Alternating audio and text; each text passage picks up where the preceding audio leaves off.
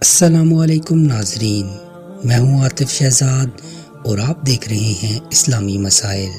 امید کرتا ہوں آپ تمام لوگ خیر و عافیت سے ہوں گے۔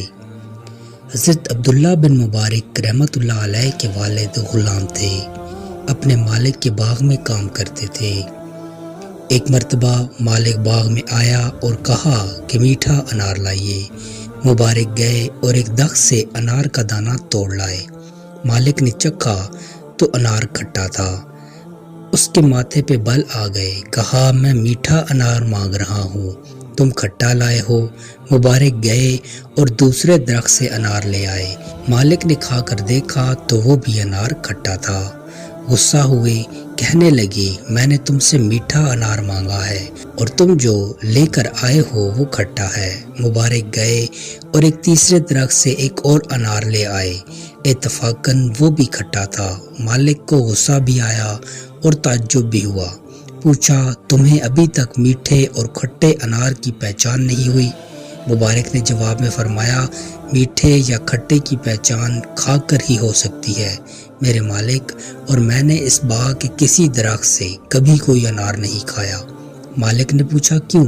فرمایا اس لیے کہ آپ نے باغ سے کھانے کی اجازت نہیں دی ہے، اور آپ کی اجازت کے بغیر میرے لیے کسی انار کا کھانا کیسے جائز ہو سکتا ہے؟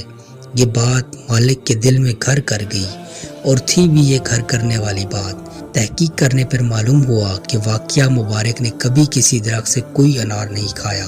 مالک اپنے غلام مبارک کی اس عظیم دیانتداری سے بہت زیادہ متاثر ہوا۔ مبارک کی دیانتداری سے اتنا متاثر ہوا کہ اپنی بیٹی کا نکاح ان سے کرا دیا۔ اسی بیٹی سے حضرت عبداللہ بن مبارک پیدا ہوئے۔ حضرت عبداللہ بن مبارک کو اللہ تعالیٰ نے علماء اسلام میں جو مقام عطا فرمایا وہ کسی تعریف کے محتاج نہیں۔ میرے دوستوں، بزرگوں، بہنوں اور بھائیوں، ہم اگر کہیں کام کرتے ہیں تو ہمیں وہاں پر موجود چیزوں پر ہمارا کوئی حق نہیں۔ ہم اجرت پہ کام کرتے ہیں، تنخواہ لیتے ہیں، ہم وہاں پر موجود کوئی بھی چیز استعمال کریں گے یا کھائیں گے تو ہمیں اس کا بروز قیامت حساب دینا ہوگا۔ اللہ تعالیٰ سے دعا ہے کہ یا اللہ ہمیں حلال اور وسیع رزق عطا فرما، آمین۔ جزاک اللہ خیرہ۔